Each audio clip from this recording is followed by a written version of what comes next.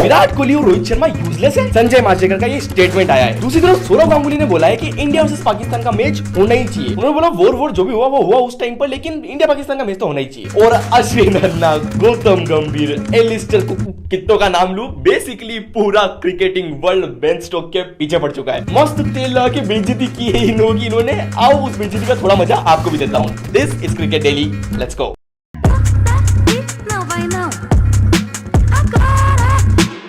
Okay, first news, Sanjay Manjrekar ने विराट कोहली और रोहित शर्मा को यूजलेस बोल दिया है। उनके हिसाब से इनके रिटायरमेंट के बाद में इंडिया को फायदा हुआ है, नुकसान नहीं। एक तो भाई ये इंडियन क्रिकेट का रजत दलाल, इसको लगने लग जाता है कि भाई थोड़ा बहुत व्यूज कम हो रहे तो एक लफड़ा कर लेते आओ। मारूंगा क्यों, उठक बैठक लगा।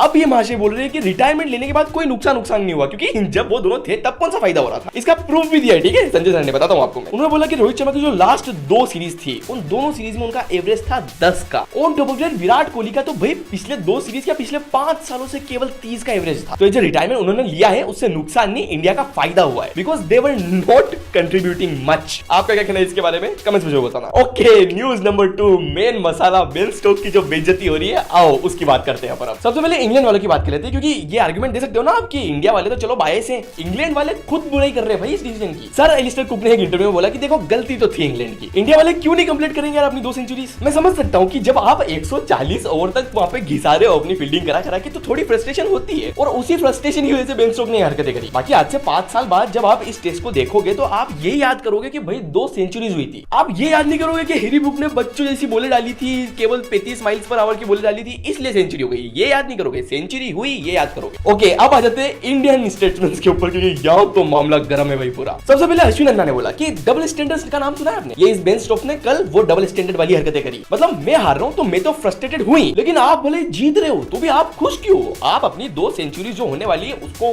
खत्म करो, वो सेंचुरी कंप्लीट मत करो, और आप भी मेरे साथ साथ फ्रस्ट्रेटेड हो। मैं होता तो 15 के 15 ओवर जो वो 1 घंटा बचा था उसमें और पूरी की पूरी बॉलिंग कराता उनसे, और जड्डू को बोलता है बैटिंग कर पूरी। तो ये था अश्विन रन्ना का स्टेटमेंट। और वो जड्डू वाला जो सीन था भाई, उसमें बेन स्टोक्स को जिसे मना किया उसने मजा तो आया था। बेन स्टोक्स आया बिल्कुल हाथ मिला लेकिन चलो अब मुझे घर जाना है, और उसके ऊपर जडेजा का रिएक्शन कुछ ऐसा था, बैठे रे फड़वे, नहीं तो यही डाल दूंगा तेरे को। ओके, फाइनली गौतम गंभीर का स्टेटमेंट आया कि अब अगर उनको ऐसी बेशर्मों वाली हरकतें करनी है तो करने दो, उनकी नियति खराब है तो अब क्या करें हम। बाकी आप ही बताओ, जो एक बंदा 90 पे हो और दूसरा बंदा अपनी लाइफ की फर्स्ट टेस्ट सेंचुरी बनाने वाला हो, उसको आप ऐसे बोलोगे कि चल जाओ हाथ मिला लो। इंग्लैंड की तरफ से अगर ऐसा कोई होता तो आप जाते क्या? तो जैसा है चलने दो, मैं इस पर कुछ कहना नहीं चाहता हूँ। तो ये तो फुल गुस्सा हो गए, लेकिन आप गुस्सा मत हो, आप चिल हो जाओ, क्योंकि अपन बढ़ने वाले अपने नेक्स्ट चिलेस्ट केन विलियम्स से भी ज्यादा chill rapid fire news. Okay, first जब एक रिपोर्टर एबी डिविलियर्स को इंट्रोड्यूस कर रहा था तो उन्होंने कुछ ऐसे इंट्रोड्यूस किया, he is the most loved non Indian in India. उसका जवाब देते हुए एबी डिविलियर्स ने बोला कि who says I am non Indian, I am Indian.